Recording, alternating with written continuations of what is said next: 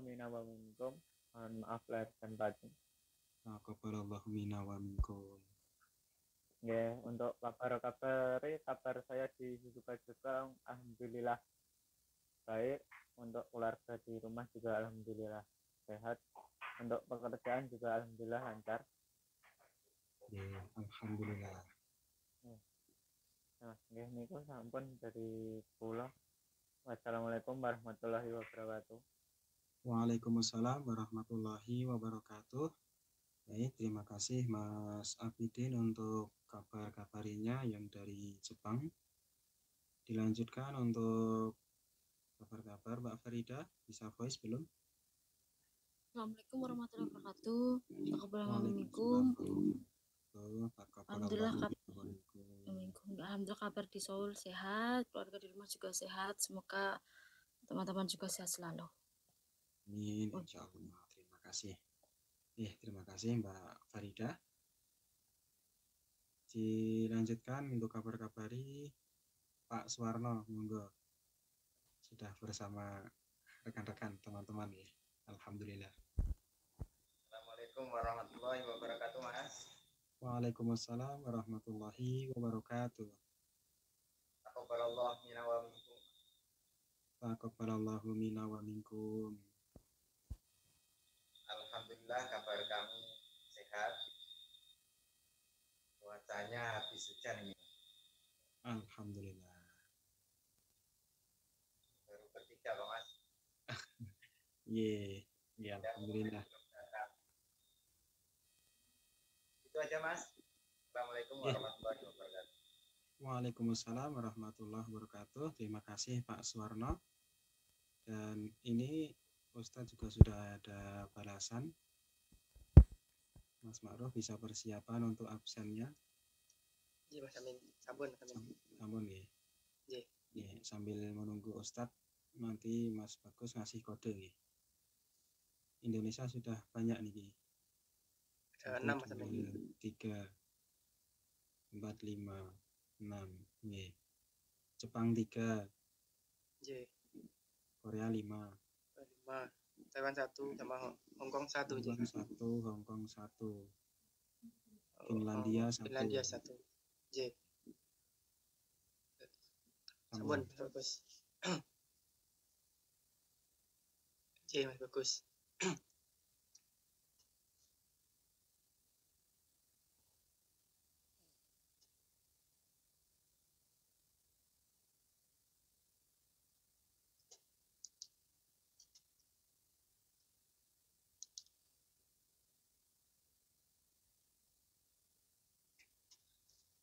Assalamualaikum warahmatullahi wabarakatuh, Ustaz.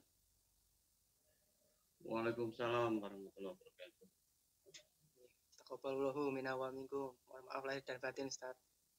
Taqabbalallahu minna wa minkum. Iya, sama-sama Mas lahir batin. Maaf lahir batin. Bagaimana kabarnya, Ustaz? Alhamdulillah baik, Mas. Panjenengan juga baik toh? Alhamdulillah baik, Ustaz. Mudah-mudahan semuanya juga baik. Amin. Assalamualaikum Pak Ustadz. Waalaikumsalam warahmatullahi wabarakatuh. Alhamdulillah, ini saya merupakan bahagia malam ini Pak.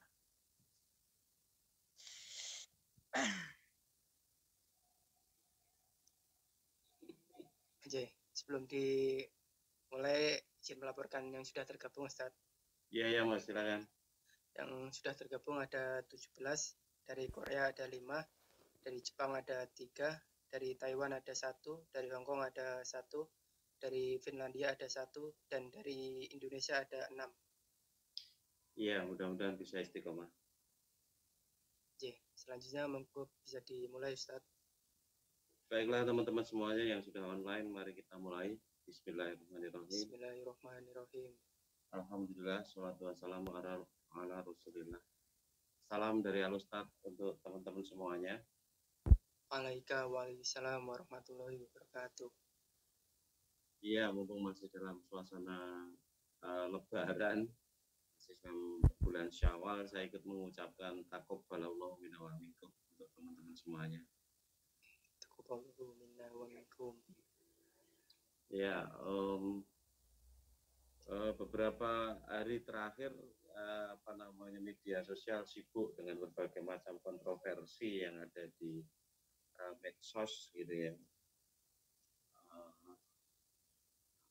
Mudah-mudahan kalian juga tidak dibingungkan oleh kebingungan masyarakat umum itu, karena kalian sudah punya ilmu. Yang penting sekarang adalah kita perhatikan bahwa Syawal itu syawala yusawilu, Syawal itu artinya meningkatkan, artinya Syawal itu adalah peningkatan dan itu ya. Berangkat dari peningkatan itu sendiri, maka mestinya kita tanamkan ke dalam diri kita masing-masing, di dalam hati kita masing-masing, ya, semangat bagi kita semuanya ke depan ini untuk meningkat, untuk lebih meningkat. Ya tentu yang meningkat adalah kebaikannya, artinya kualitas akhlak kita, kualitas kepribadian kita akan kita pompa untuk meningkat, kita naikkan, ya. Setelah selama sebulan penuh betul-betul kita dikondisikan oleh Allah dalam suasana Ramadan yang semuanya menjadi serba ringan untuk mengamalkan amal-amal soleh itu sendiri, kan gitu ya. Ya, gambarannya setan dibelenggu dan sebagainya itu bagi orang-orang yang memang dia itu ikhlas beramal karena Allah, menjadi lebih mudah beramal kebaikan itu sendiri, kan itu. Lebih kokoh, lebih pandai, lebih terampil di dalam mengendalikan dirinya masing-masing, gitu. Ya, maka suasana itu jangan sampai kemudian kita lepas begitu saja.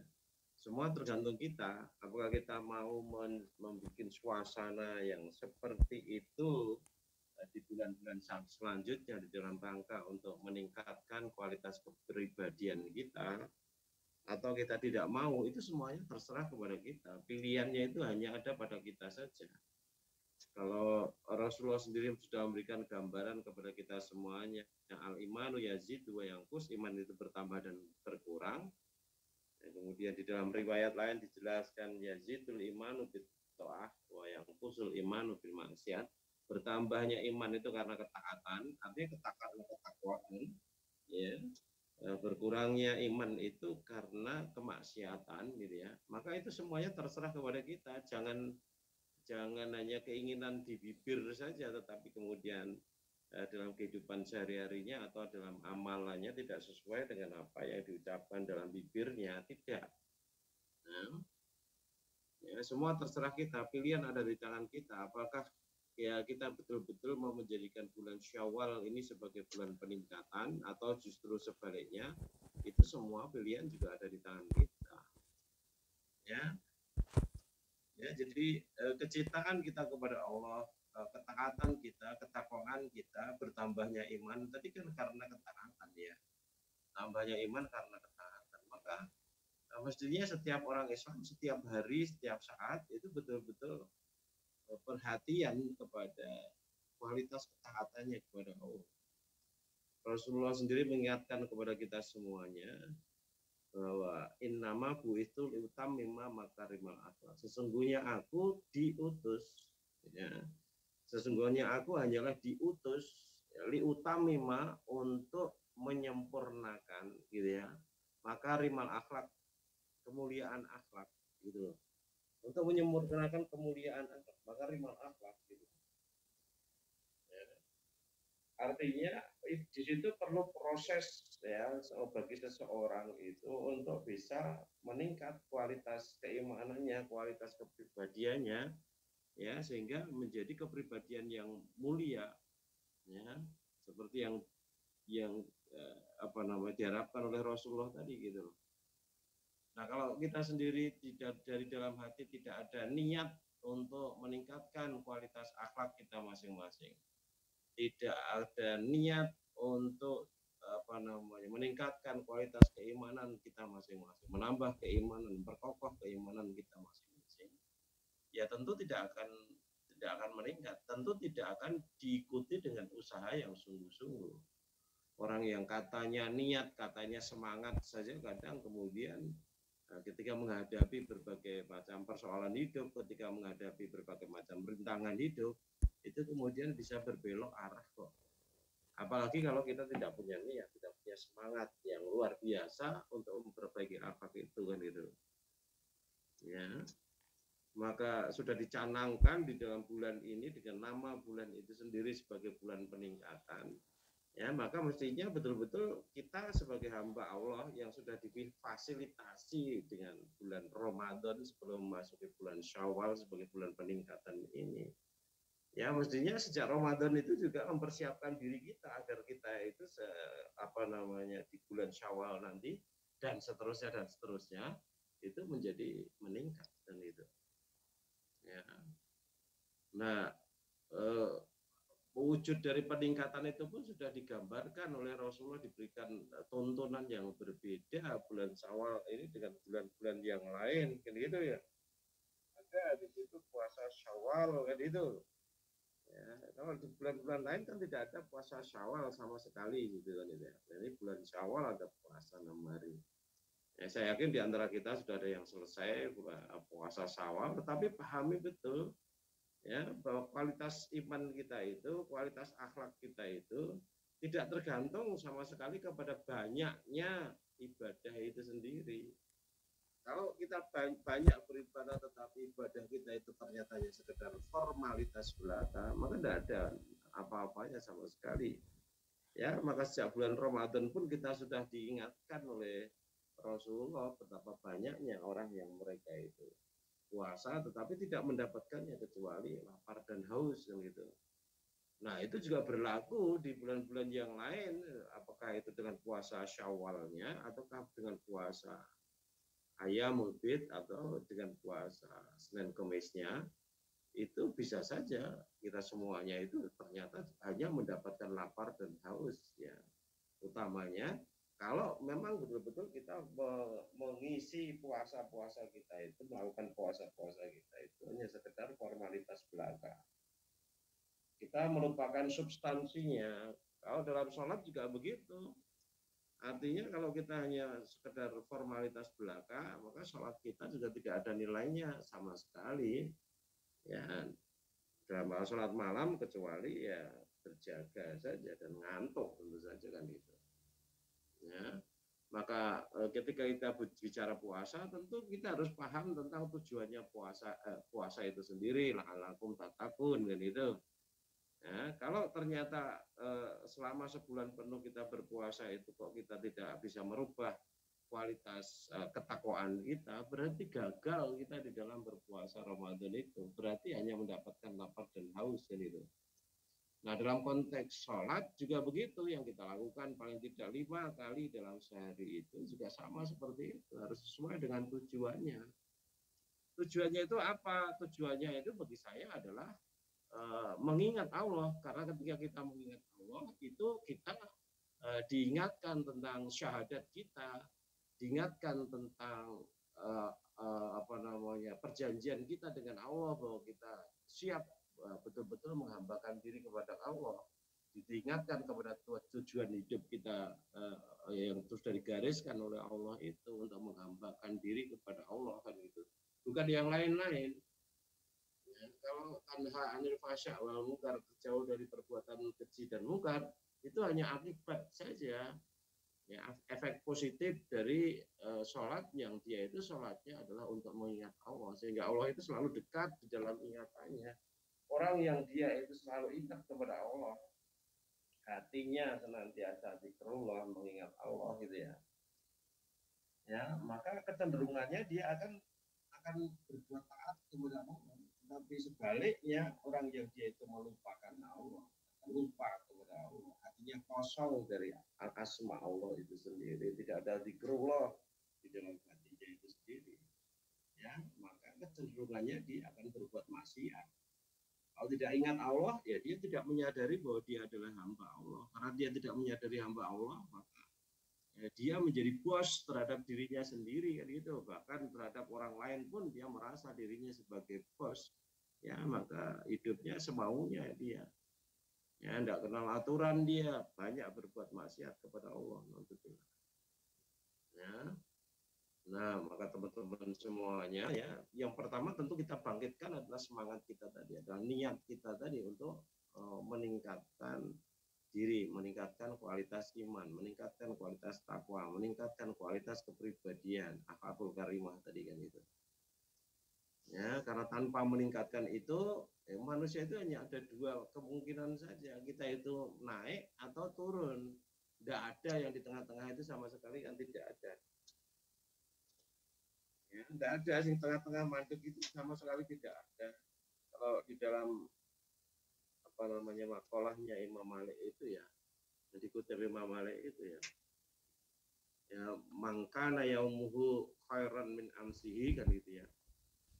Ya, barang siapa yang harinya yaitu hari ini itu lebih baik daripada hari kemarin, ya fahuwa robih kan gitu, maka dia itu beruntung gitu. Artinya kalau dia itu meningkat dari sekarang lebih baik dari hari kemarin, itu dia termasuk orang yang beruntung kan gitu. Wamangkana yaumuhu misla amsihi fahuwa maghbun kan gitu. Jadi barang siapa yang harinya yakni hari ini itu sama seperti hari kemarin ya, maka dia itu rugi ya. Jadi rugi dia ya. Jadi rugi kalau hari ini sama dengan hari kemarin, artinya tidak ada peningkatan gitu loh, rugi ya. Maka tidak ada yang udahnya sama, udah seperti itu tidak ada, anonnya untung atau rugi gitu aja, saja meningkat atau mundur kan gitu, turun kan gitu ya. Mangkana yaumuhu syarran min amsihi ya fahuwa mal'un kan gitu. Barang siapa yang harinya yakni hari ini itu lebih jelek daripada hari kemarin ya, artinya ada penurunan di situ, tidak peningkatan tetapi justru malah penurunan di situ, bahwa maun, maka dia tercela ya, dia terlaknat atau dilaknat oleh Allah kan itu. Jadi kemungkinannya hanya dua saja, dia meningkat menjadi orang yang beruntung atau dia turun menjadi orang yang dicela oleh Allah, orang rugi itu termasuk yang tertinggal tadi kan itu. Jadi kalau kita tidak meningkat berarti kita menurun. Kenapa begitu? Karena usia kita semakin hari semakin habis. Artinya potensi waktu yang bisa kita gunakan untuk meningkatkan diri itu semakin hari semakin habis. Nah kalau semakin hari semakin habis ya kita tahu-tahu waktu kita habis di hadapan Allah, dipanggil kita dalam keadaan tercela, dipanggil kita dalam keadaan rugi. Nah untuk tidak. Ya, maka kita perlu perhatian, senantiasa perhatian kepada kepribadian kita, kepada takwa kita, kepada keimanan kita, kepada hati kita yang kita bicarakan selama sebulan kemarin itu.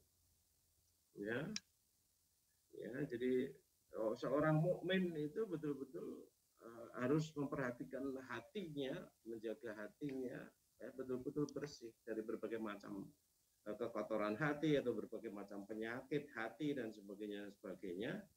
Ya, agar hatinya hidup dan subur ketika dia itu dihidupkan dengan Al-Quran, subur ketika dia itu dipelihara dengan Al-Quran itu.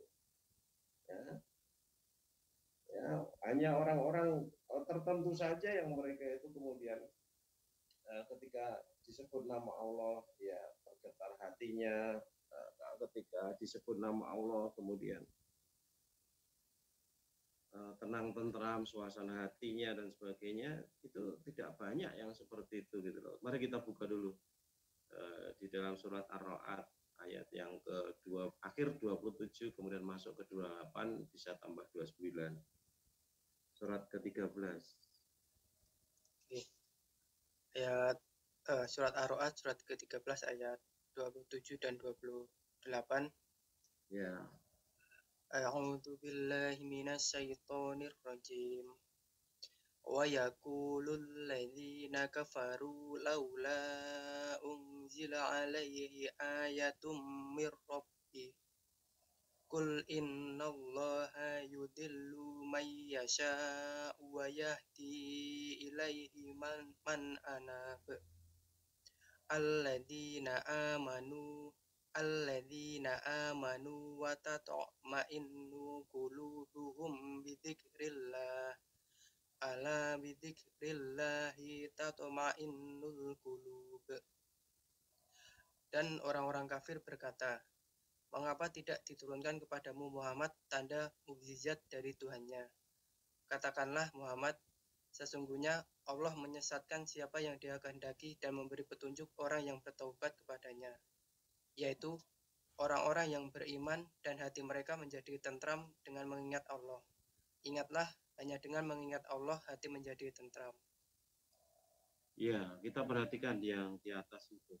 Di situ di tengah ayat itu dikatakan a'udzubillahi minasyaitonir rajim. Qul innallaha yudhillu may yasha'u wa yahdi ilaihi man anab.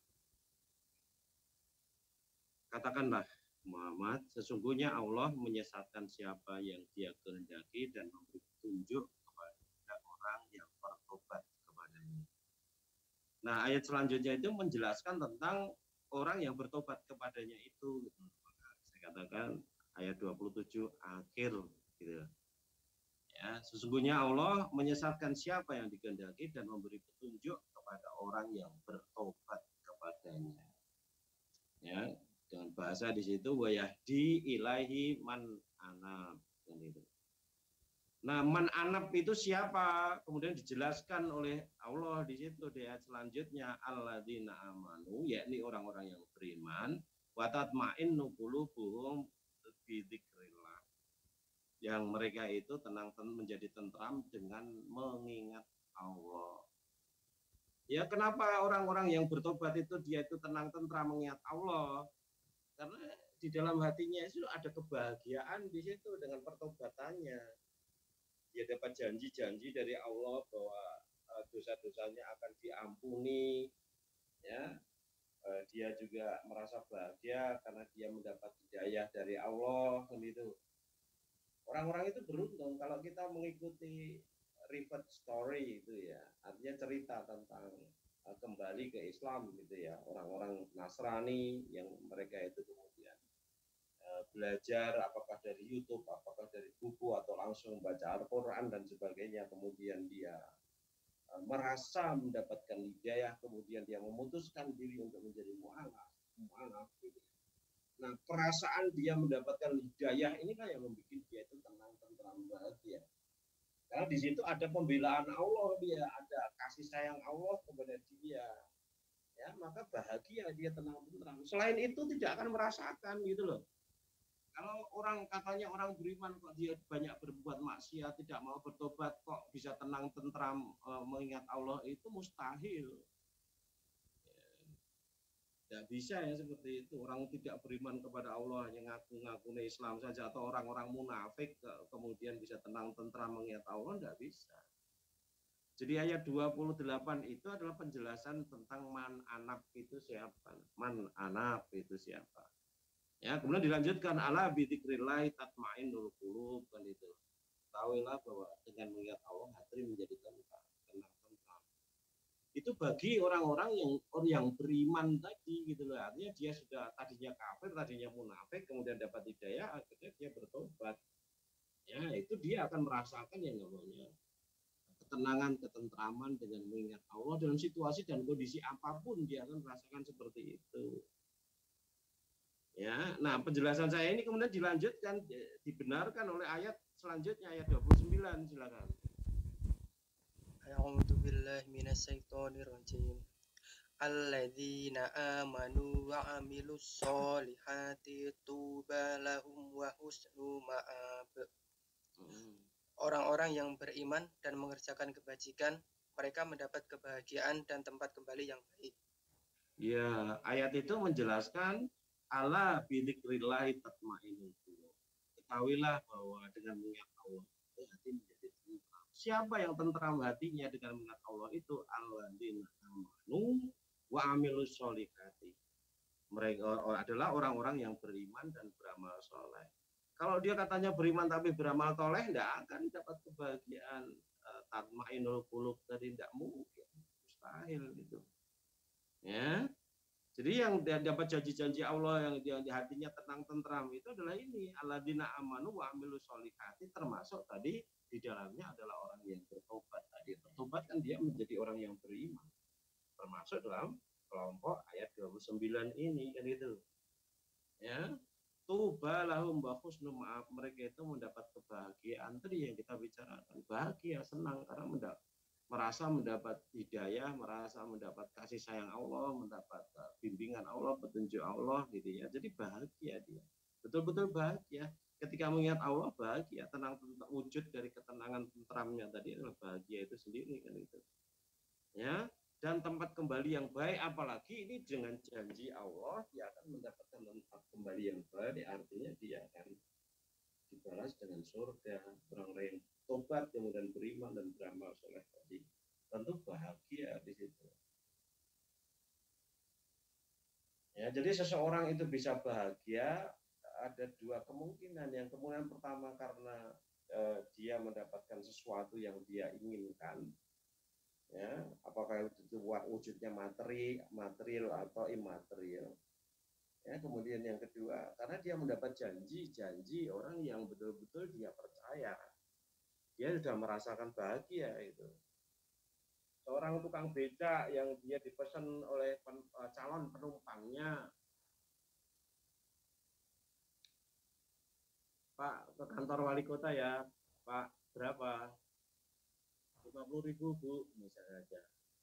Baik Pak, pelan-pelan aja ya Pak, itu umpamanya. Itu tukang becak tadi meskipun harus mengangkut ibu yang gemuk, berat, bawaannya banyak, misalnya saja. Ya, berkas-berkas yang dibawa banyak, misalnya saja, menghadap wali kota, misalnya saja, gitu ya. Ya, tetapi si tukang becak tadi bahagia. Karena ada janji akan mendapatkan uang 50.000 tadi. Meskipun itu janjinya dari manusia kepada manusia, itu pun sudah bahagia. Apalagi janjinya itu berasal dari orang yang atau zat yang betul-betul dipercaya, yakni Allah yang menjanjikan dia akan mendapat tempat kembali yang baik. Kalau dia beriman pasti bahagia. Beda kalau orang tidak beriman, atau beda kalau itu adalah munafik. Tentu sekali lagi tidak akan merasakan janji-janji Allah tadi sebagai satu kebahagiaan, tentu saja tidak kan gitu.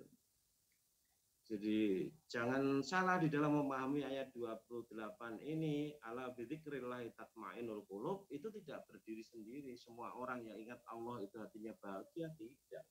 Musuh Allah ketika dia mengingat Allah tentu dia tidak senang,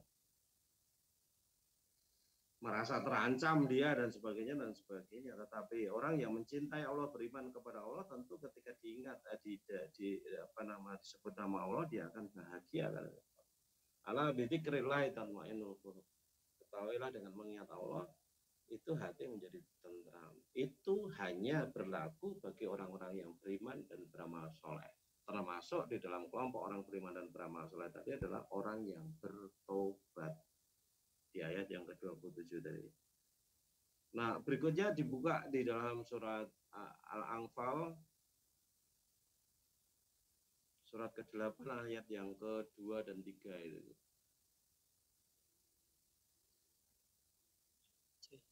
Surat Al-Anfal surat ke-8 ayat 2 dan 3. A'udzu billahi minasyaitonir rajim. Innamal mu'minuna alladzina idza dzukirallahu wajilat qulubuhum wa idza tuliyat alaihim ayatuhu zadathum imana wa ala rabbihim yatawakkalun. Alladzina yuqimuna sholata wa mimma razaqnahum yunfikun. Sesungguhnya orang-orang yang beriman adalah mereka yang apabila disebut nama Allah gemetar hatinya, dan apabila dibacakan ayat-ayatnya kepada mereka bertambah kuat imannya, dan hanya kepada Tuhan mereka bertawakal, yaitu orang-orang yang melaksanakan salat dan yang menginfakkan sebagian dari rezeki yang kami berikan kepada mereka.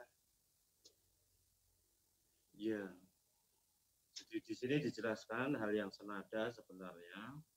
A'udzubillahi minasyaitonirrajim. Innamal mu'minuna alladzina idza dzukirallahu wajilat qulubuhum wa idza tuliyat 'alaihim ayatuhu zadathum imanan wa 'ala rabbihim yatawakkalun.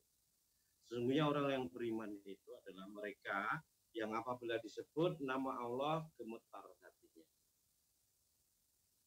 Artinya kalau barangkali kata gemetar itu kurang tepat ya. Mungkin yang lebih tepat adalah tergetar hatinya atau bergetar hatinya kan itu.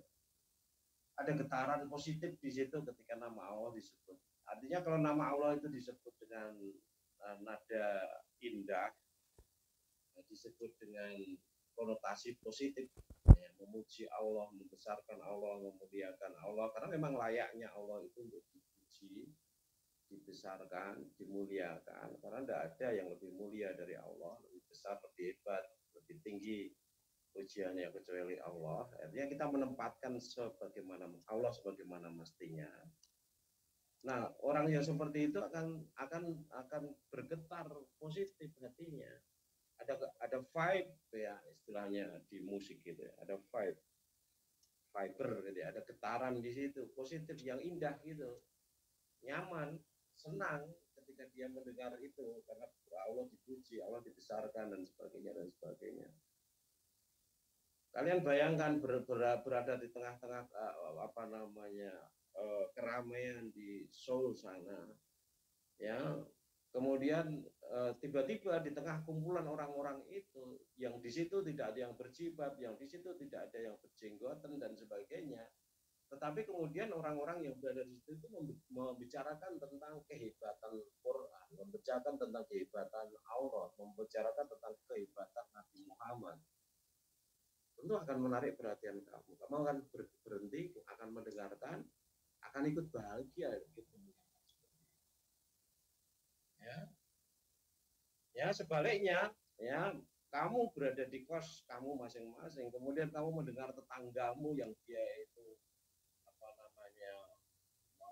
marah-marah, uring-uringan, ribut, gak karuan, dan yang disebut, yang diributkan di situ adalah nama Rasulullah, nama Allah, nama Quran dan sebagainya, tentang Islam dan sebagainya. Ya, barangkali yang terkait dengan keruntuhan dari Twin Tower gitu ya, World Trade Center dan sebagainya itu barangkali. Ya, maka tentu kamu akan marah. Kamu akan mendengarkan dengan berdebar-debar, dengan tidak suka dan sebagainya, dan kalau kamu memberani, tentu kamu akan mengingatkan orang-orang itu supaya berhenti, tidak berlaku seperti itu. Kalau kamu tidak memberani, ya paling kamu diam aja, bersungut-sungut dan itu. Ya, meskipun ada getaran yang tidak kamu suka, kamu koneksi itu. Ya, wajilat qulubuhum. Wa idza tuliyat 'alaihim ayatuhu zadatuhum imanan wa 'ala rabbihim yatawakkalun. Ya, dan ketika dibacakan ayat-ayat Allah itu bertambah keimanan. Ya, artinya keimanan itu juga bisa bertambah karena faktor ini tadi, hidayah yang muncul dari ilmu yang ditempuh tadi. Ya, maka di situ Rasulullah mementingkan, amat sangat mementingkan umatnya supaya menuntut ilmu itu, antara lain juga karena itu. Ya, dijanjikan dengan pahala yang besar ketika menuntut ilmu dan sebagainya, dihitung fisabilillah dan sebagainya. Ya, itu antara lain merupakan bagian dari upaya untuk meningkatkan kualitas keimanan atau zadat imana tadi kan gitu, dengan cara belajar. Ya, berbeda dengan orang-orang munafik yang dia mendengar setiap ayat yang baru justru malah mencurigai, dia khawatir kalau itu mengungkap tentang kejelekan-kejelekannya, kalau menyinggung tentang dia nanti dia tidak suka. Ya, kalau dibicarakan sesuatu yang lain tidak terkait dengan dirinya dan sebagainya, dia masih bisa mentolerir dan sebagainya. Nah, itu munafik. Ya, kalau orang beriman tentu tidak. Ketika dia mendengar ayat-ayat Allah, ya tentu dia akan membenarkan karena itu ayat-ayat Allah berbahagia dengan ilmu baru yang dia dapatkan dari Allah itu sendiri kan itu. Ya, bambang ilmunya kan itu. Jadi dulu juga kita bicara sudah pernah beberapa kali malah kita bicara bahwa bertambahnya iman itu juga bisa dilakukan melalui dua cara, yaitu dengan cara beramal dan dengan cara belajar kan itu. Kalau tadi kita bicara tentang hadis tadi, al-imanu yazidu wa yanqus, gitu ya. Kemudian dalam riwayat lain dijelaskan wa yazidul imanu bita'ah, dan bertambahnya iman karena ketaatan dan berkurangnya iman karena kemaksiatan, gitu ya, ketidaktaatan ya. Maka di situ iman itu bisa bertambah karena amal, ya, ini dalam bentuk ketaatan tadi kan itu, amal soleh tentu saja. Ya, sedangkan pengurangnya iman yang menjadikan iman itu menjadi menyusut, berkurang, itu karena pelanggaran kita terhadap Allah, karena amal toleh kita kan gitu. Nah, di ayat ini itu menjelaskan, menegaskan kepada kita iman juga bisa bertambah karena menuntut ilmu. Artinya mendengarkan ayat-ayat Allah tadi adalah bagian dari menuntut ilmu. Ya, digambarkan sebagai sami'na wa ata'na kan gitu. Sami'na kami mendengar, tetapi pahami, tidak hanya sekedar mendengar tetapi fahimna. Ya. Jadi dohirnya Allah berkata sami'na, tetapi secara implisit maksudnya adalah fahimna. Karena kalau tidak faham, ya bagaimana mungkin kita akan bertambah keimanan? Mudeng aja tidak, paham tidak. Hanya sekedar mendengar saja kan itu tidak mungkin kan itu. Jadi maksudnya secara dohir Allah mengatakan sami'na itu adalah fahimna. Dari sami'na menjadi fahimna itu perlu proses. Prosesnya apa? Prosesnya belajar tadi yang membuat kita bertambah keimanan kita tadi. Nah, sesederhana itu gitu. Ya, maka jangan terjebak ketika kita memahami ayat-ayat Allah itu hanya secara dohiriah saja. Banyak apa yang disampaikan oleh Allah itu ya adalah perumpamaan, tamsil, permisalan ya yang kadang tidak bisa dipahami secara dohir saja. Ya, maka kalau kita hanya sami'na itu hanya kita maknai sebagai kami mendengar, nah mendengar tidak paham kan tidak mungkin menambah keimanan kan itu. Yang bisa menambah keimanan kan kepahaman tadi kan itu. Artinya dia ayatnya dibaca sampai tergetar hatinya tadi, artinya paham dia. Ya, paham kan itu.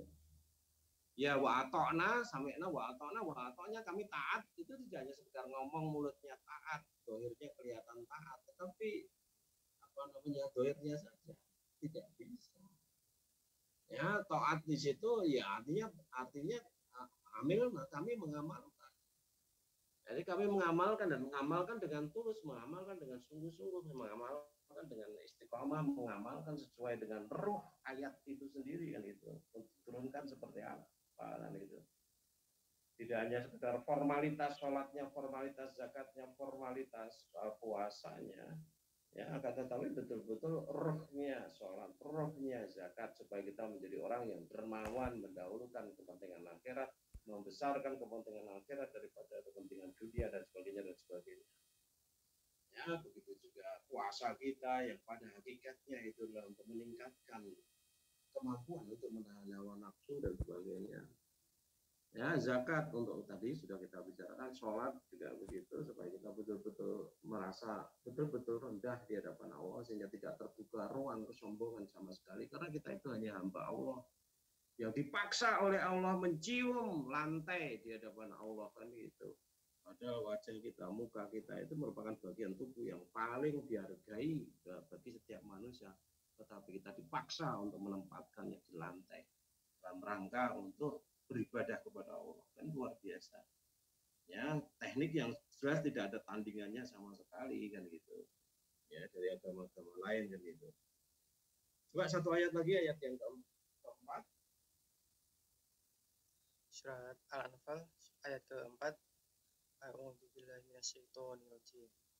Ulaika humul mu'minuna haqqan. Lahum darajatun 'inda rabbihim wa maghfiratun wa rizqun karim. Mereka itulah orang-orang yang benar-benar beriman.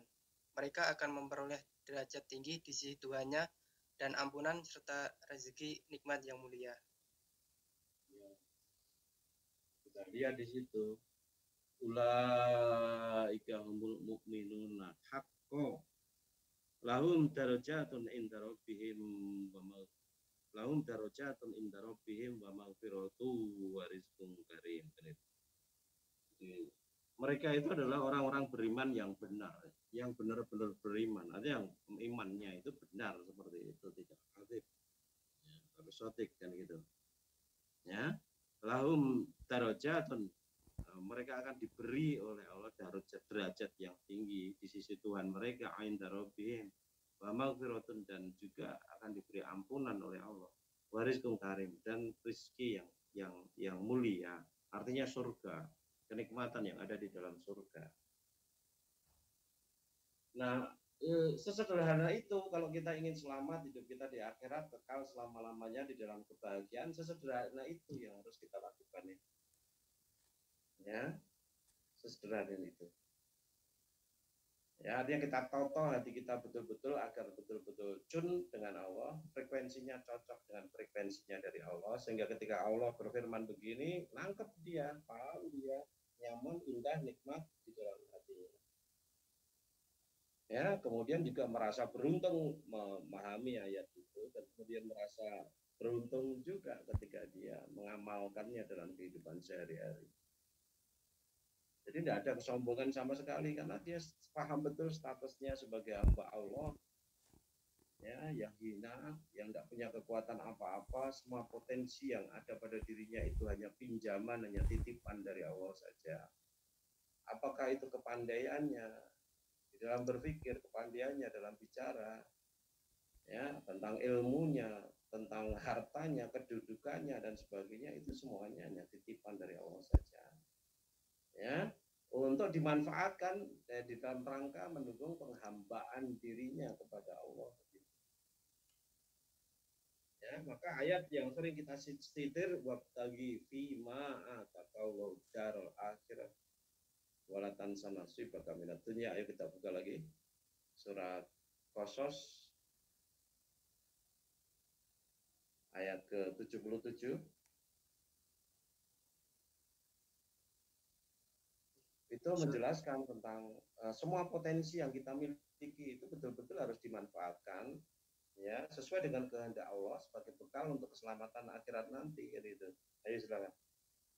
Surat Al-Qasas surat ke-28 ayat 77. A'udzu billahi minasyaitonir rajim. Wabtaghi fi ma ataqallahu daral akhirata wa la tansa nasibaka minad dunya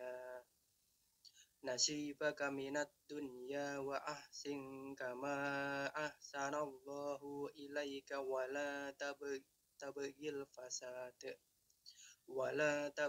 fasada fil ard. Innallaha la yuhibbul mufsidin. Dan carilah pahala negeri akhirat dengan apa yang telah dianugerahkan Allah kepadamu. Tetapi janganlah kamu lupakan bagianmu di dunia, dan berbuat baiklah kepada orang lain sebagaimana Allah telah berbuat baik padamu. Dan janganlah kamu berbuat kerusakan di bumi. Sungguh Allah tidak menyukai orang yang berbuat kerusakan. Ya. Jadi sudah diperintahkan di situ, Allah sendiri sudah berfirman di situ, a'udzubillahi minasyaitonir rajim, wabtaghi fi ma ataqallahu darul akhirah wa la tansa nasibaka minad dunya. Jadi dan carilah pahala di negeri akhirat dengan apa yang telah dianugerahkan Allah kepadamu.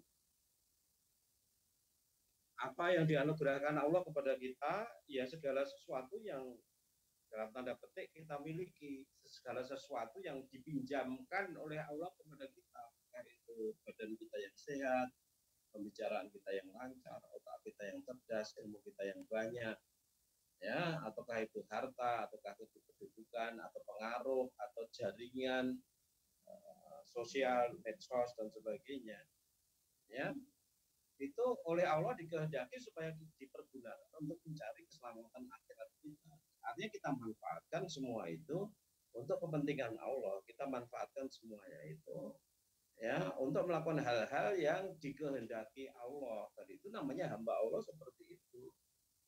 Orang mendahulukan kepentingan awak dewi, mendahulukan kepentingan pribadi, mendahulukan kepentingan hawa nafsu, sama sekali tidak. Ya namanya hamba Allah itu dia yang menjadi nomor satu itu adalah kepentingan Allah kan gitu. Ya, maka selalu kita ingat, selalu kita bicarakan bukan namanya penghambaan kalau tidak dilandasi rasa cinta kita kepada Allah amal itu. Ya. Kata Imam Ibnul Qayyim kan mengatakan bahwa al-mahabbatu ma'al khudu'i ya ubudiyah kan itu. Ya namanya rasa cinta yang disertai dengan ketunduk patuhan itu adalah ibadah gitu loh. Ibadah itu sesederhana itu. Nah kalau kita tidak punya rasa cinta kepada Allah, bagaimana mungkin kita bisa mendahulukan kepentingan Allah daripada kepentingan pribadi? Nah kalau kita tidak punya rasa cinta kepada Allah, bagaimana mungkin kita bisa meramal ikhlas untuk Allah karena Allah kan gitu. Ya, padahal kita tidak mungkin bisa mencintai Allah kecuali kita itu betul-betul mengenal Allah gitu.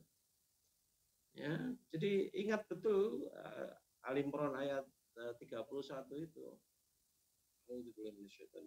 Qul in kuntum tuhibbunallah fattabi'uni yuhibbukumullah wa yaghfir lakum dzunubakum wallahu ghafurur rahim. Qul katakan wahai Muhammad, in kuntum tuhibbunallah, jika kalian wahai para sahabatku, jika kalian wahai orang-orang yang beriman, ya, mencintai Allah, in kuntum tuhibbunallah, jika kalian mencintai Allah, fattabi'uni, maka ikutilah aku. Ikuti di situ ada supaya para sahabat, supaya orang yang beriman itu beramal seperti apa yang dilakukan oleh Rasulullah. Kalau kita bicara penghambaan, ya menghambakan diri seperti apa yang diajarkan oleh Rasulullah. Bagaimana kita menghambakan diri kepada Allah. Yuhibbukumullah wa yaghfir lakum dzunubakum, niscaya Allah akan mencintai kamu dan mengampuni dosa-dosamu. Jadi cinta Allah kepada kita itu karena kita mencintai Allah dan karena kita itu beramal seperti apa yang dikehendaki Allah, mengikuti Rasul, itba' Rasul. Jangan dibalik, kita berharap mencintai Allah, berdoa supaya Allah mencintainya.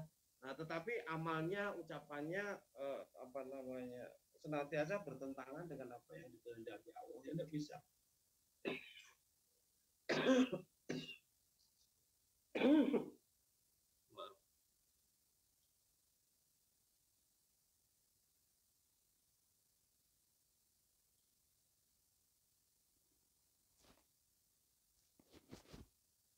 Ya tentu tidak bisa.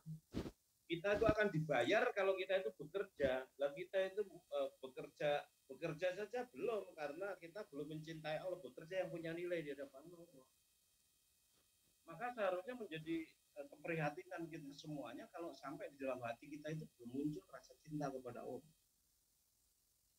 Kalau perlu menangis darah itu, karena orang tidak ada rasa cinta kepada Allah tadi.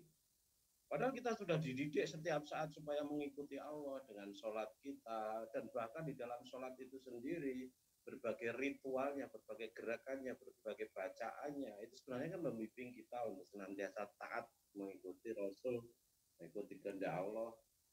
Ya, begitu juga dalam kehidupan sehari-hari, apakah kita keluar rumah, masuk rumah, semua ada tuntunannya, ketemu teman, saling mengucapkan salam, masuk kamar mandi, keluar kamar mandi, masuk masjid, keluar masjid, masuk pasar dan sebagainya itu semuanya diarahkan ke sana supaya melekat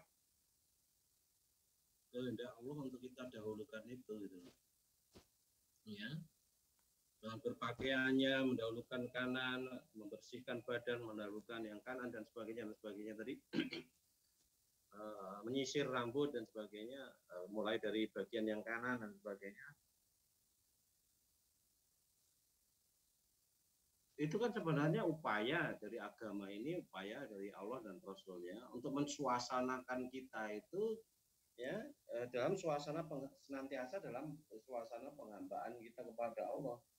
Bahkan 24 jam dalam sehari sebelum tidur pun kita sudah dituntunkan juga berbagai ritual untuk tidur kan gitu ya.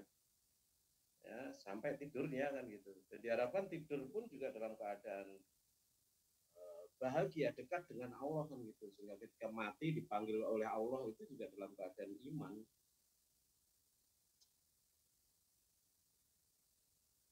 bukan dalam keadaan maksiat, berangkat tidur berbuat maksiat, dalam keadaan marah-marah kepada istri, marah-marah kepada suami, akhirnya singkur-singkuran tidur, tahu-tahu gempa kemudian mati bareng dan sebagainya.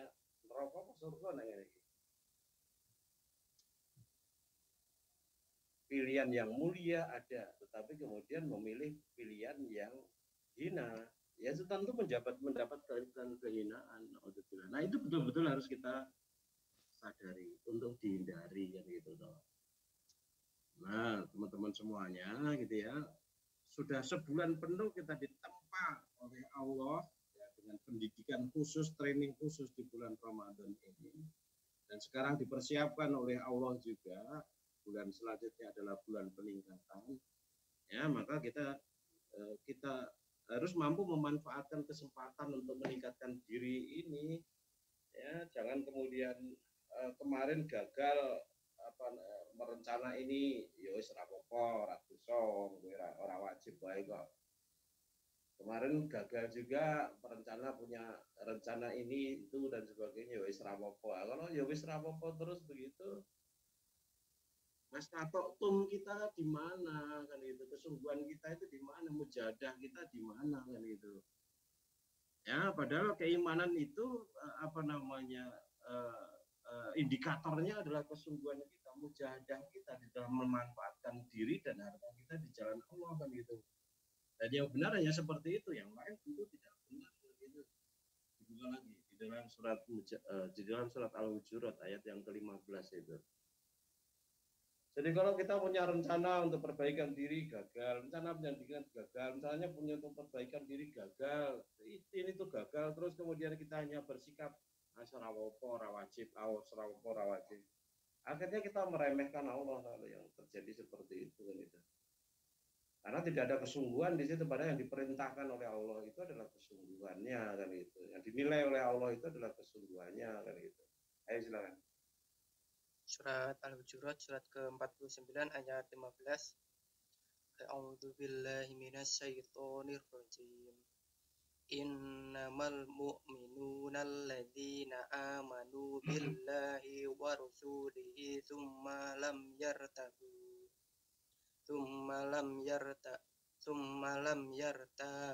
wajahadu bi amwalihim wa anfusihim fi sabilillah ulaika humus shadiqun. Sesungguhnya orang-orang mukmin yang sebenarnya adalah mereka yang beriman kepada Allah dan Rasul-Nya. Kemudian mereka tidak ragu-ragu dan mereka berjihad dengan harta dan jiwanya di jalan Allah. Mereka itulah orang-orang yang benar. Ya, sesederhana itu.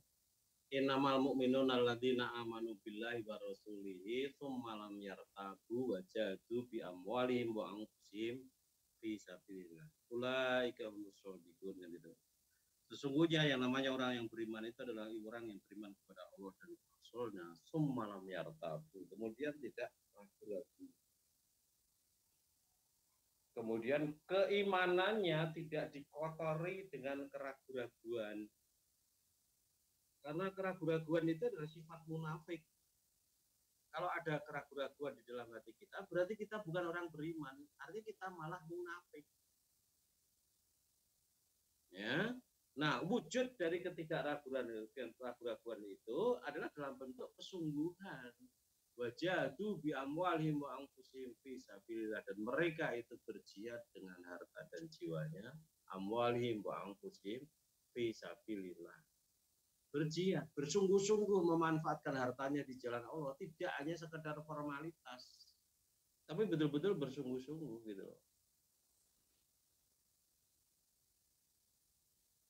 Ya, begitu juga dengan dirinya di jalan Allah, bersungguh-sungguh gitu loh.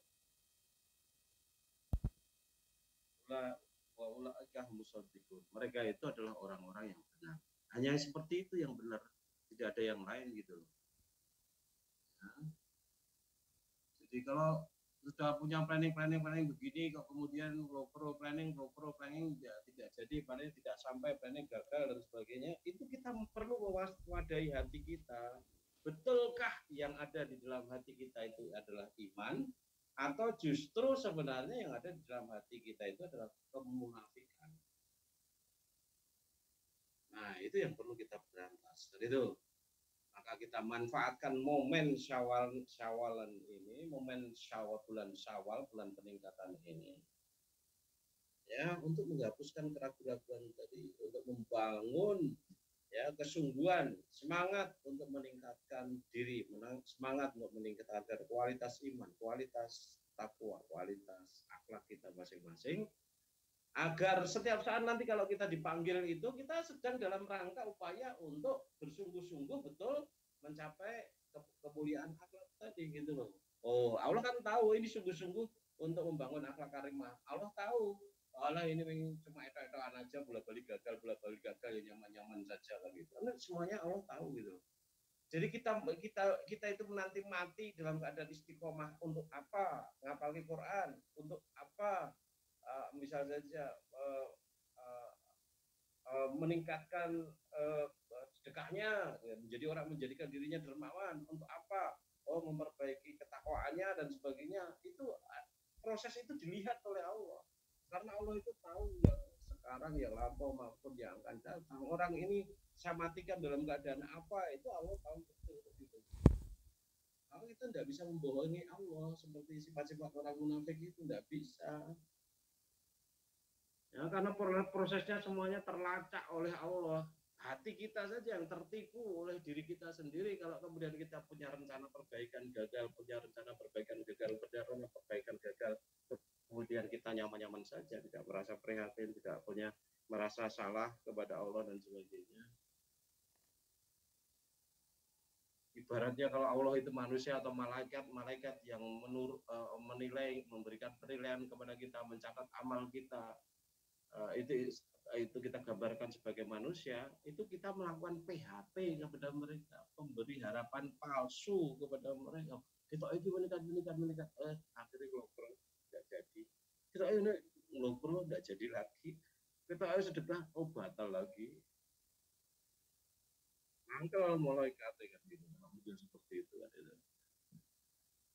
Munafik kan gitu. Naudzubillah. Ya, kita mau menjadi orang iman yang hakon, ya, atau kita akan menjadi orang yang kafir yang hakon, itu terserah kepada kita semuanya. Waman syaa falyu'min, waman syaa falyakfur. Ya, tetapi pilihan itu semua disertai dengan resiko, kan itu. Ya, ada konsekuensi logis dan juga ada resiko. Kalau kita memiliki keimanan, konsekuensi logisnya kita hidup sesuai dengan kehendak Allah, maka dibalas dengan surga. Kalau kita memilih kemunafikan, ya sudah, seumur hidup kamu akan menipu orang-orang sekitarmu. Karena penipu, ya tadi, maka kemudian wajar kalau dimasukkan ke dalam neraka. Iya pun bil kadzib fa innal kadziba yahdi ilal fujur wa innal fujura yahdi ilan nar. Waspadalah kamu dengan dusta. Dusta membawa kepada kedurhakaan, dan kedurhakaan itu membawa ke neraka. Dan itu, apalagi ini yang kita dustakan itu adalah Allah. Naudzubillah. Ya sudah pasti nerakanya neraka yang paling jero kan itu. Naudzubillah.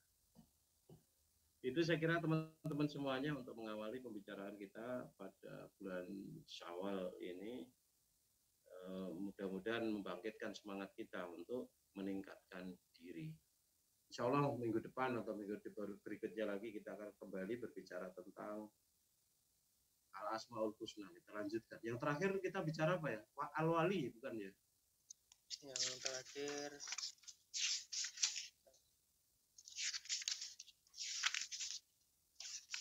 yang lain yang dengar Al-Hamid, Ustaz. Al-Hamid ke 56. Al-Hamid 6. Ya. Al-Hamid ya. Ya. Baik, monggo silakan kalau ada sesuatu yang mau ditanyakan boleh. Tidak ada ya kita akhiri.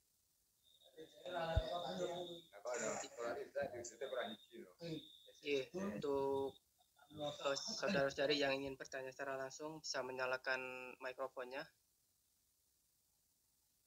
Mungkin dari Bapak Suwarno tadi.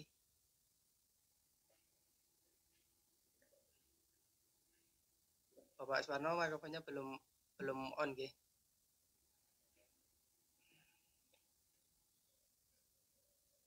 Assalamualaikum warahmatullahi wabarakatuh, Pak Ustadz. Waalaikumsalam warahmatullahi wabarakatuh.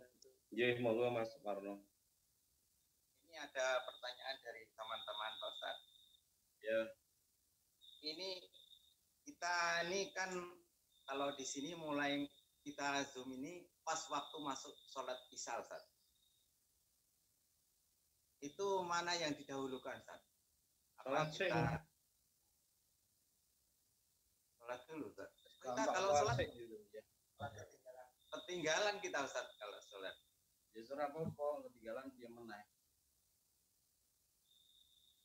Itu. Sholat kan tidak lama, oke ngaji kita cukup lama kok. Tahu-tahu ngebar ngaji mati jadi.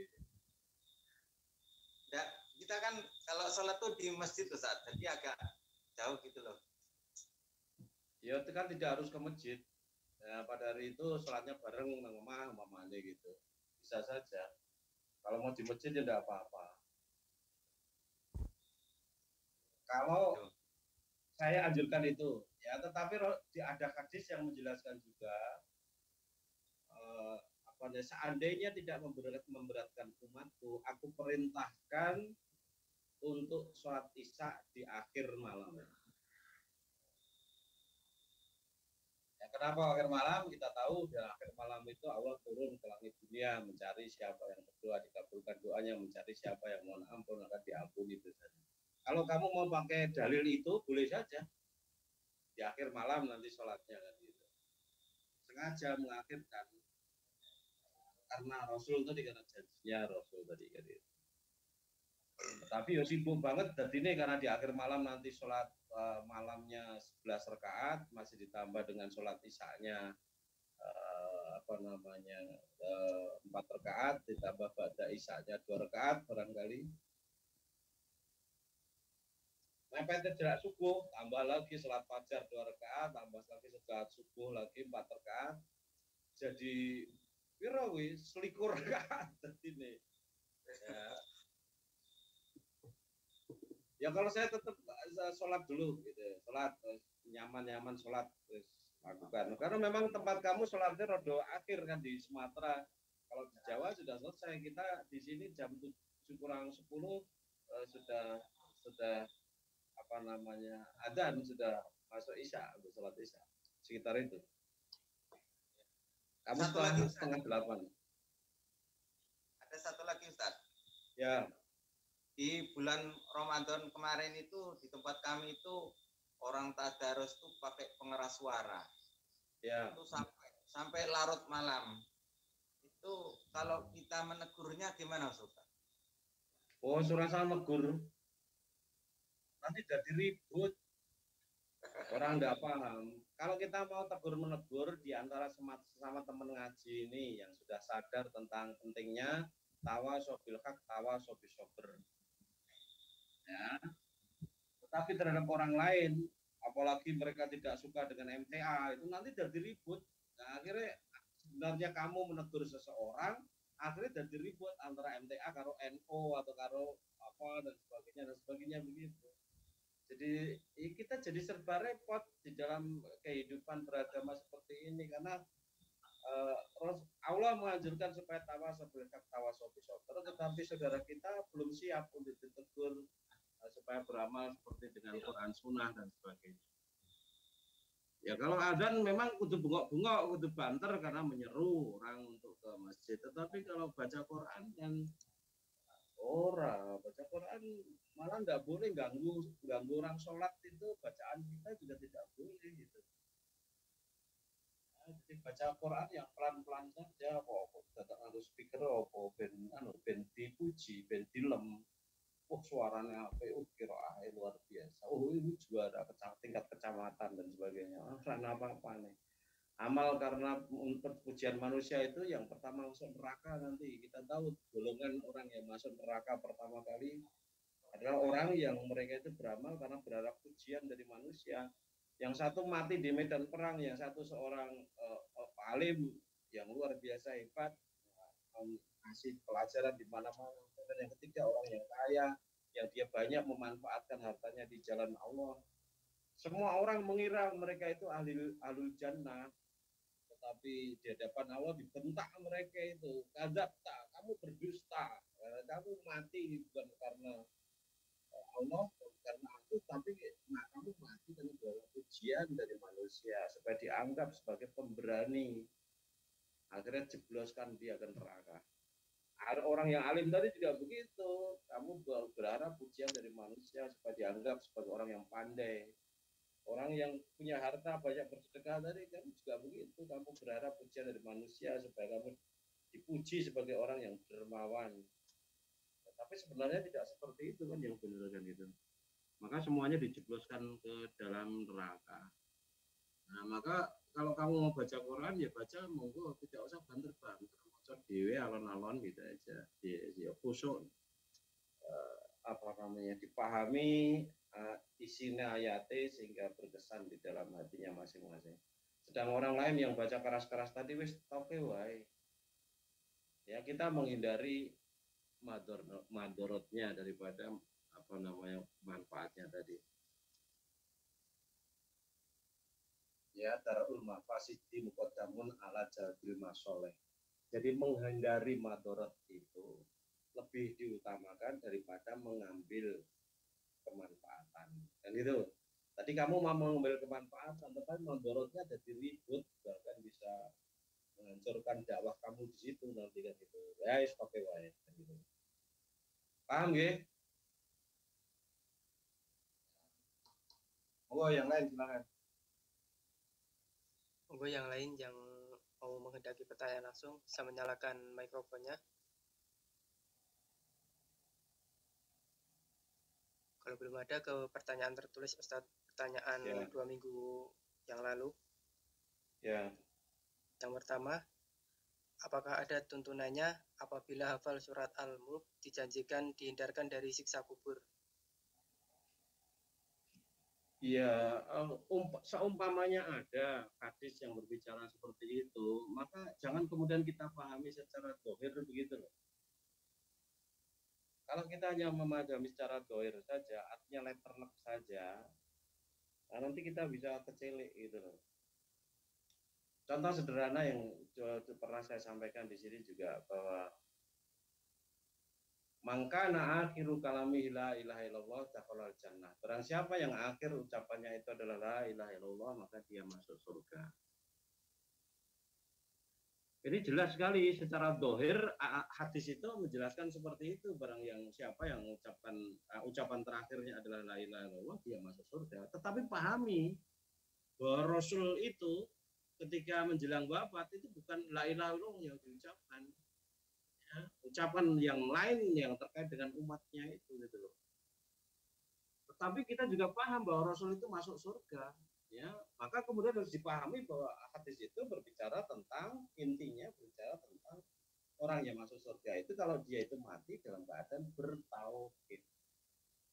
Ya, secara simbolik lisannya mengucapkan la ilaha illallah gitu. Kita tidak menentang mereka yang memahami secara dohir ucapkan la ilaha illallah, monggo silakan. Tetapi intinya itu adalah itu. Yang penting itu adalah itu, tauhidnya itu, bukan lisan kita yang mengucapkan la ilaha illallah tadi. Ya, lisan kita mungkin mengucapkan la ilaha illallah sudah ditalkin, mengucapkan la ilaha illallah, la ilaha illallah, la ilaha illallah. Begitu nyawanya mau diambil, sesek dodone napasnya, sesek malah miso-miso. La ilaha illallah hilang.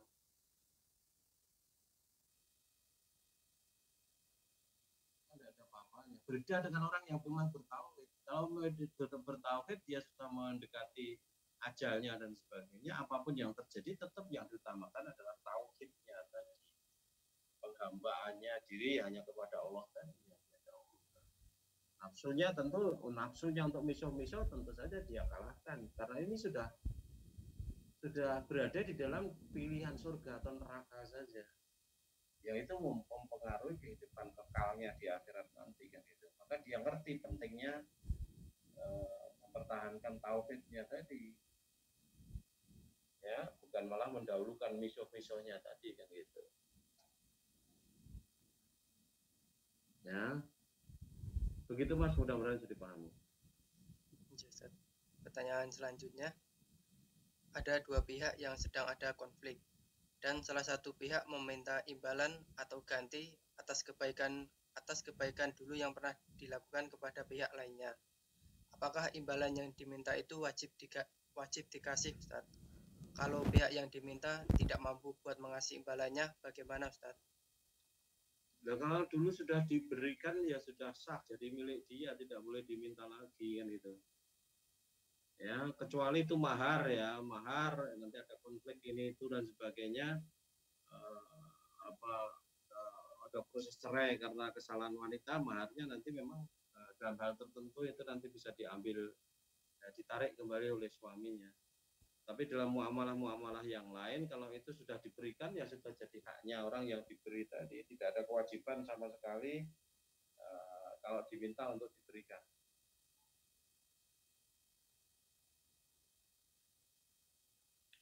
Pada umumnya kalau orang mampu ya balik ke wae timbangane ganjeli ngati ya tidak nyaman dan sebagainya. Kalau dia tidak mampu gimana lagi? Ya, tidak usah dikembalikan dan tidak dosa dia karena memang sudah diberikan pada saat itu sesuai dengan akadnya pada saat itu apa kan itu. Ya, jadi tidak usah risau apa yang sudah terjadi di dalam masa lampau tadi kalau paksa untuk kembalikan dan sebagainya.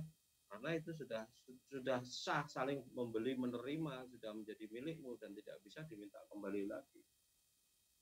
Apalagi tidak mampu kan gitu. Jadi tenang-tenang saja, nyaman-nyaman saja, rasa diperhatikan orang yang seperti itu. Terus kok kayak aku, jadi weku saya ini.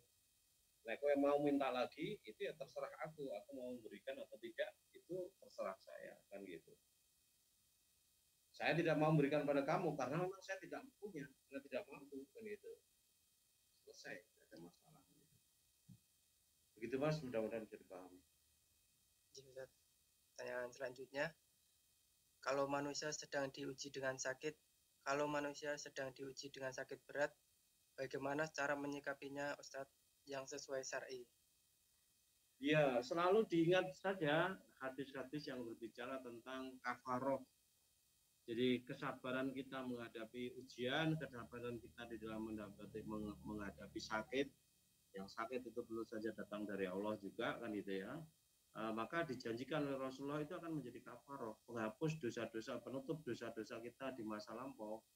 Artinya kalau kita sakit dalam waktu yang lama, itu artinya dosa-dosa kita dalam banyak waktu gitu ya, itu diampuni oleh Allah. Bahkan sampai habis itu kalau kita memang betul-betul sabar menghadapi ujian sakit yang datang dari Allah tadi. Ya, maka jangan dirusak janji-janji Allah, janji-janji Rasul tadi ya, dengan ketidaksabaran, dengan mengeluh, dengan menggerutu dan sebagainya. Jangan. Ya sudah diterima, apalagi kalau kita tidak bisa merubahnya. Kalau kita tidak bisa merubahnya, ngapain lagi kemudian kita menggerutu, kita berkeluh kesah dan sebagainya, tidak ada manfaatnya. Justru kita kembalikan kepada Allah, ya Allah aku itu hanya hambamu saja, kalau kamu berkehendak apapun aku menerima dengan senang hati. Kamu jadikan aku batu yang kemudian dipecah dengan bulldozer, yang kemudian dipecah lagi dengan pukul besi, yang kemudian dipecah lagi menjadi pasir-pasir yang kecil, itu aku tetap hambamu kan gitu. Pasrahkan aja kepada Allah, terserah toh Allah menjadikan kita seperti apa. Ya. Banyak orang yang terlahir tidak punya tangan, ada yang tidak punya kaki, ada yang tidak punya tangan, tidak punya kaki, tapi juga masih bisa survive karena karunia Allah dan sebagainya. Itu mereka juga punya kesempatan untuk mengeluh, mereka punya kesempatan untuk menggerutu. Tetapi kalau mereka itu paham bahwa mereka sudah tidak bisa berbuat apa-apa, ini sudah menjadi kehendak Allah, ya sudah diterima dengan nyaman-nyaman saja. Toh kehidupan di dunia itu hanya sebentar saja. 60-70 tahun nggak selesai. Umur kita sekarang berapa? Kan tinggal tersisa yang hanya sedikit saja. Nah, sisa usia yang sedikit itu jangan sampai membatalkan surga yang dijanjikan oleh Allah kepada orang-orang yang bersabar di dalam menghadapi ujiannya tadi yang itu. Sudah diterima dengan nyaman, dilalui hari-hari seperti hari-hari sebelumnya. Ya, saya lihat saudara kita itu ada yang karena lumpuhnya, cacatnya dan sebagainya, kemudian tidak bisa bergerak kemana-mana, ya sudah di rumah saja. Kemudian dia mengedit video ini, edit video itu, kemudian dibikinkan begitu kan, nanti diupload, dia itu upload lagi dan upload lagi. Ada kesibukan di situ, melupakan kita dari berkeluh kesah, dari menggerutu dan sebagainya. Dan bahkan kalau sampai jadi rezekinya, nanti suatu saat kalau subscribernya sudah di atas 1000, dan juga mungkin saja kalau setahun jam tayangnya sudah melebihi 4000, bisa dijadikan uang.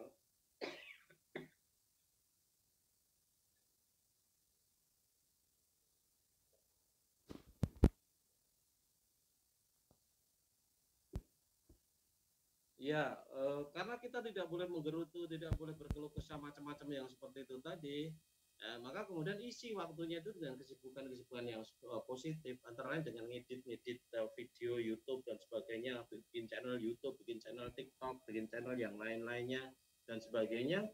Di samping kamu sibuk untuk hal yang positif, siapa tahu suatu saat itu akan ada hasilnya. Kalau tidak ada hasilnya untuk kamu, untuk anak kamu, untuk saudara kamu, ahli waris kamu dan sebagainya, terus karena itu bisa diwariskan semuanya itu kan itu.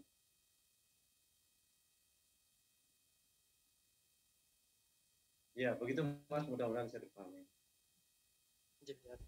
Pertanyaan selanjutnya, apakah mayat yang berbau wangi itu ada Ustadz? Dan mayat orang yang suka bermaksiat berbau busuk itu apa juga ada Ustadz? Saya tidak percaya seperti itu. Yang namanya mayat berbau wangi itu karena kehidupannya sehari-hari dia memang melaksanakan sunnah Rasul pakai wangi-wangian gitu loh.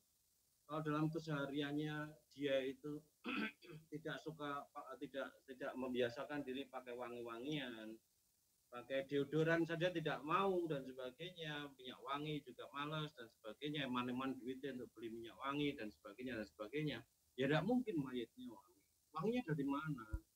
Ya wanginya kan dari parfumnya dari mana? Dari pabrik ya, yang disemprotkan, yang dioleskan dan sebagainya. Jadi sunatullahnya tidak mungkin kan seorang yang dia karena solehnya kemudian wangi. Soleh dalam kehidupan di dunia ini penguk apa namanya bajek kelek atau keringetnya banyak kok gitu loh. Ketika hidup dia meskipun soleh, kalau dia tidak mau pakai wangi-wangian dia tidak wangi dia gitu. Ya, jadi kalau itu ada berita-berita tentang mayat yang dia itu orang soleh kemudian baunya wangi, itu harus ditafsiri secara apa namanya majasi. Maksudnya wangi di situ bukan wangi baunya, tetapi wangi di situ adalah aura akhlaknya, bisa saja seperti itu kan itu. Kemudian kalau apa namanya yang orangnya jelek kemudian baunya busuk, enggak. Fir'aun itu mayatnya sampai sekarang masih ya, diawetkan sebagai mumi gitu loh. Awet karena dia bahkan terdeteksi dia masuk ke dalam apa namanya ke dalam saluran pernapasannya garam. Dia matinya tenggelam. Mungkin saja juga perutnya karena gelapan dia tenggelam di laut itu ya, kemudian ya, terdeteksi oh ini Fir'aun ini kan gitu. Ya mumi kan tidak busuk, mumi itu diawetkan, artinya bakteri-bakteri pembusuk itu dia mati ketika dia itu tidak bisa berkembang, tidak bisa hidup di mumi itu gitu. Artinya wangi sesuai dengan wangi-wangian mereka, artinya sesuai dengan ramuan dari bahan yang digunakan untuk mematikan apa namanya bakteri pembusuk tadi. Kalau itu formalin ya baunya formalin kan itu. Kalau itu rempah-rempah ya baunya rempah-rempah untuk mengawetkan itu kan gitu. Nah, tetapi tidak busuk. Padahal itu Fir'aun itu hidupnya busuk, artinya akhlaknya buruk, tetapi tidak busuk baunya kan itu. Jadi tidak usah percaya seperti itu. Begitu juga, oh kalau orangnya soleh, dia itu meninggalnya dalam keadaan nyaman. Tidak ada tanda seperti itu. Rasulullah itu meninggal dalam keadaan sulit. Beliau itu sakit parah waktu itu kan gitu ya. Maka digambarkan sakitnya 2 kali dari orang biasa dan sebagainya. Ya, tetapi ahlul jannah beliau gitu loh. Ya, Abu Bakar, Umar, Ali, Utsman dan sebagainya mati dalam keadaan terbunuh mereka, dibunuh orang dia. Ya. Tetapi mereka ahlul jannah. Rasulullah memberitakan sejak mereka itu masih hidup sebagai ahlul badr mereka itu. Ya, maka mereka masuk surga meskipun matinya dibunuh orang. Jadi enggak, itu bukan tanda-tanda dari ahlul jannah atau ahlul nar kan gitu ya. Mati busuk atau wangi atau terluka, terbunuh, sakitnya parah atau matinya nyaman-nyaman saja. Ya, banyak orang-orang kafir, banyak orang-orang konglomerat, banyak orang-orang koruptor matinya dalam keadaan nyaman dia. Tetapi ini pejuang-pejuang agama ini tadi Abu Bakar, Umar, Utsman, Ali mati dalam keadaan dibunuh dia itu. Jadi, wow, kapok mati dibunuh we, nah, berarti ahlun nar tidak. Tetap dia mereka ahlul jannah. Begitu Mas. Ustaz, pertanyaan selanjutnya. Assalamualaikum Ustaz. Waalaikumsalam warahmatullahi wabarakatuh. Bagaimana definisi tentang setia? Di dalam hati tidak pernah ingin menggantikan cinta. Sayang kita ke pasangan. Tapi di sisi lain ada rasa kagum ke yang lain. Yang demikian itu mohon nasihatnya Ustaz. Iya, itu karena salah menempatkan cinta. Padahal kalau salah menempatkan cinta, kita itu yang akan kita temukan itu adalah kesesatan. Esensi dari tauhid itu adalah cinta kita kepada Allah. Itu yang utama, itu yang harus dibangun, itu yang harus dikembangkan, itu yang harus mewarnai kehidupan kita. Kalau kita itu cinta kepada Allah, kemudian Allah itu di dalam hal suami istri, pasangan laki-laki perempuan dan sebagainya itu menghendaki begini, itu yang kita lakukan kalau kita ada cinta kepada Allah. Tetapi kalau kita belum ada cinta kepada Allah, malah kita menumbuhkan cinta kita kepada wanita, ya sudah pasti sesat. Kita suka kepada ini karena ada kelebihan-kelebihan ini yang kita harapkan. Tetapi kemudian kita punya teman yang lain, oh ini lebih hebat dari itu. Ya wajar, kemudian akhirnya cintanya berganti ke yang lain. Sesuatu yang wajar saja yang seperti itu. Tetapi karena sama-sama salah di dalam membangun cinta, menempatkan cinta. Justru menghancurkan umat itu, di umat bertauhid itu seperti itu. Karena salah di dalam menempatkan cinta. Kalau cinta kita harusnya kepada Allah itu tidak kita bangun secara kuat-kuat, kemudian kita gantikan cinta kita kepada bola, kita bisa saksikan itu yang namanya bonek, ya Surabaya itu, kita bisa saksikan hooligannya Inggris dan sebagainya itu, mereka rela mati karena bola. Padahal bagi kita yang kita paham tentang surga dan neraka, konyol sekali itu kok salah menempatkan cinta. Tetapi ternyata kita juga salah menempatkan cinta. Karena kita sudah terlanjur mencintai wanita daripada mencintai Allah. Nah yang lain lagi juga seperti itu, salah di dalam menempatkan cinta. Tiba-tiba yang dia tumbuhkan adalah kecintanya kepada harta. Waktu itu dalam malaku panjama. Dan mereka itu cinta kepada harta dengan cinta yang berlebih-lebihan. Akhirnya orang-orang seperti itu mendustakan agama. Dan ini tidak hanya harta, uang dalam arti uang tidak. Yang dimaksud harta itu juga wanita, juga bola, juga kekayaan macam-macam tadi. Artinya dunia. Kalau kita itu salah di dalam menempatkan cinta kita kepada dunia lebih dahulu daripada cinta kita kepada Allah, maka hancurlah yang namanya beragama itu. Hancurlah yang namanya tauhid. Karena tadi cinta weting tresno jalanan saka kulino. Kita sudah mengulinokan mencintai wanita tadi. Ya otomatis tidak akan diopeni cintanya kepada Allah, tidak akan tumbuh. Harusnya itu cinta kita kepada Allah dulu yang tumbuh. Kemudian atas dasar cinta kita kepada Allah, kita mencari harta sebanyak-banyaknya untuk fisabilillah. Atas dasar cinta kita kepada Allah, karena Allah menghendaki dakwah ini berjalan terus-menerus, continue. sustainable, maka saya harus punya anak keturunan yang soleh-solehah. Supaya saya punya anak keturunan yang soleh-solehah, saya harus mencari wanita yang soleh, saya harus mencari suami yang soleh. Jadi kita mencintai suami, kita mencintai istri karena Allah. Kita mencari harta karena Allah. Kita mencari lingkungan tetangga yang baik juga karena Allah. Kita ngaji dalam majelis yang baik juga karena Allah, bukan karena yang lain-lain. Tetapi kalau kemudian yang kita tumbuh, kita lupa, kita lalai, kita tidak menumbuhkan tauhid, kita tidak menumbuhkan rasa cinta kita kepada Allah, sedang kemudian kita bersinggungan dalam keseharian itu dengan hal-hal yang sifatnya duniawi tadi, kemudian kita mengikuti arus yang mengalir dalam kehidupan sehari-hari itu, mencintai dunia, ya sudah, artinya kita sudah membuat pembatas di hati kita.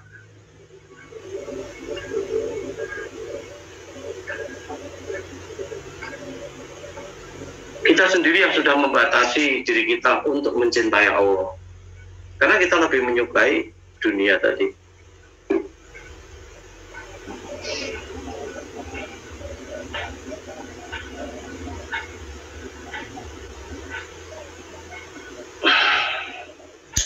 Coba dibuka di surat Al-Adiyat ayat ke-6, 7, 8 itu. Sampai akhir juga bisa. Surat Al-Adiyat surat ke-100 ayat 6 sampai terakhir. A'udzu billahi minasyaitonir rajim. Innal insana lirabbihi lakanud wa innahu ala dzalika lasyahid wa innahu lihubbil khairi lasyadid. Afala ya'lamu idza bu'sira ma fil kubur wa husila ma fis sudur inna rabbahum bihim yawma idzil khabir. Sungguh manusia itu sangat ingkar, tidak bersyukur kepada Tuhannya, dan sesungguhnya dia, yaitu manusia, menyaksikan mengakui keingkarannya, dan sesungguhnya cintanya kepada harta benar-benar berlebihan. Maka